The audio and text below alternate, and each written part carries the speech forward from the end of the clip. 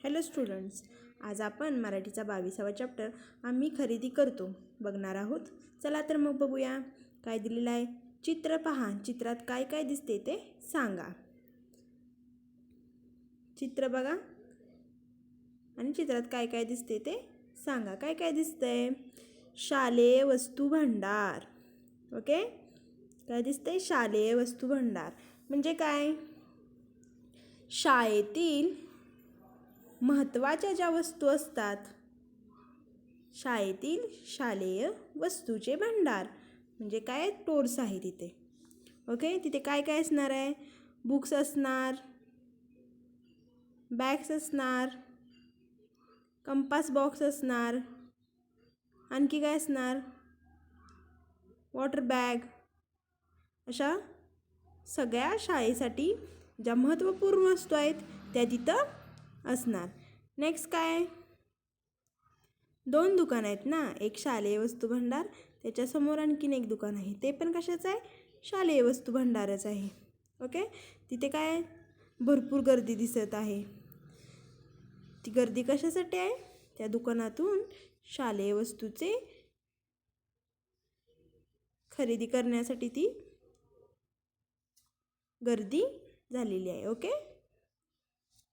Next, वस्तू पहा, त्यांच्या किमती पहा, वस्तूची नावे व किमती सांगा. काय दिलेलं आहे? वस्तू पहा, त्यांच्या किमती पहा, वस्तूची नावे व किमती सांगा. पहिल्यांदा तर आपल्याला काय दिलेलं आहे? रबर. बघा, रबर दिलेलं आहे ना. रबरची किंमत किती दिलेली आहे?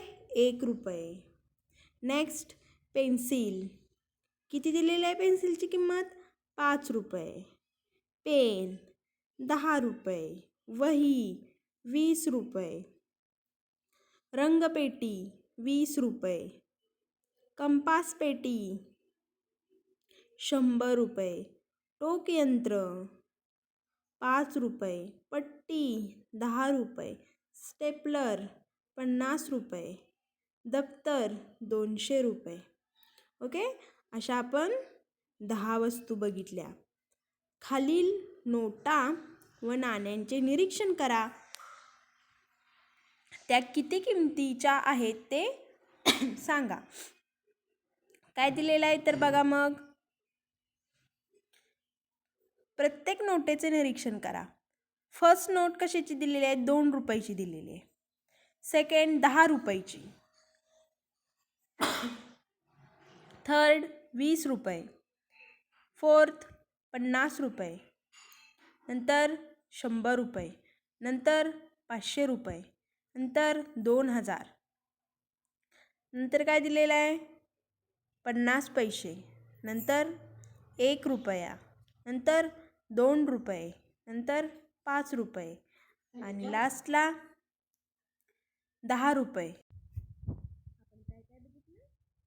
नोटा आणि कॉईन्स बघितलं. ओके, कोणकोणत्या नोटा आहेत? मग 2 रुपयाची आहे, 10 रुपयाची आहे, 10 रुपयाची आहे, 20 रुपयाची आहे, 50 रुपयाची आहे, 100 रुपयाची आहे, 500 रुपयाची आहे, 2000 रुपयाची. आणि कॉईन्स कशा कशाचे आहेत?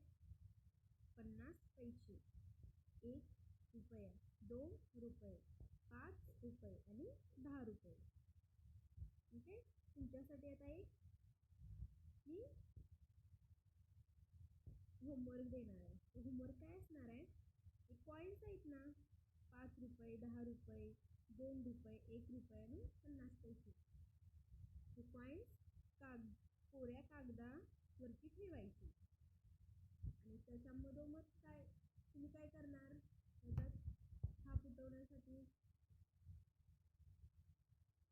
कोऱ्या कागदावरती कॉईन ठेवल्यानंतर पेन्सिलने हलकासा ते कागदावर घासायचं.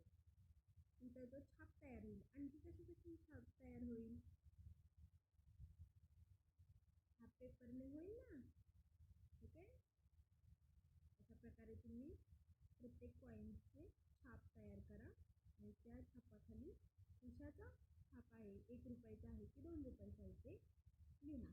ओके, नेक्स्ट, आणखी काय काय करणार तुम्ही?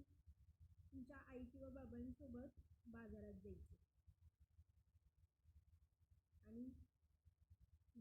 आपण एखादी वस्तू घेतल्यानंतर ती वस्तू किती रुपयाची आहे, किती पैसे द्यायला लागतील, आपल्याला बाकी किती येतील ते तुम्ही नोटीस करायचं. ओके. आणि आपण नेक्स्ट चॅप्टर नेक्स्ट व्हिडिओमध्ये बघू. थँक्यू.